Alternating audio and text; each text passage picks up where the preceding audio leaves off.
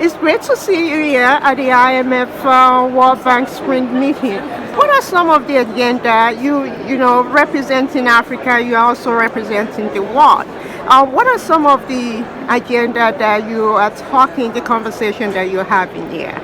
Well, first, it's great to be at these meetings again, but it is coming off the back of the General Assembly, where at the high level week we agreed the Pact for the Future.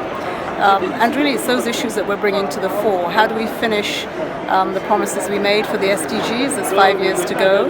The international financial architecture and the reforms around debt, around long-term concessional financing. Then we have to talk about peace and security, not in this place, but of course recognizing that that's very much a part of the environment many people are living in. And then the new technologies, how we use new technologies to invest further in countries so that they can also join the markets, they can also participate in the global economy. These are some of the discussions. The one I'm just coming out now is about climate.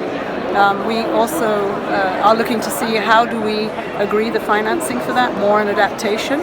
But I think the most important discussion there is how does climate become at the center of economies, that you green your economy, blue your economy, but that it becomes one where we make those investments in industry, make those investments for adaptation, and we have a room full of ministers of environment and finance trying to work that out. Do you feel that you are being heard? Because Africa ministers that I've talked to here are saying that African voice is not being heard. And as you know, climate significantly affects the African continent. Nigeria, for example.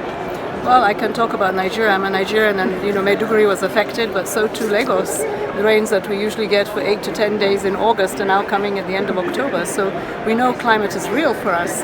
I think African voices are being heard. The question is, what are they doing with those voices? Are they acting on the demands that are being made? Are they acting on the promises and commitments that have happened? And that's coming, but too slow. And many of our governments are dealing with very high debt. Some of it is international debt, but a lot of it is domestic. In addition, there's a lack of access to long-term concessional funding, which is what is required for developing economies. We want to invest in industry, we want to invest in jobs for our young people, for our women. So I think voices are heard, but they need to be acted on. Thank you very much. How you're going to make it possible. I will share the office. Thank you.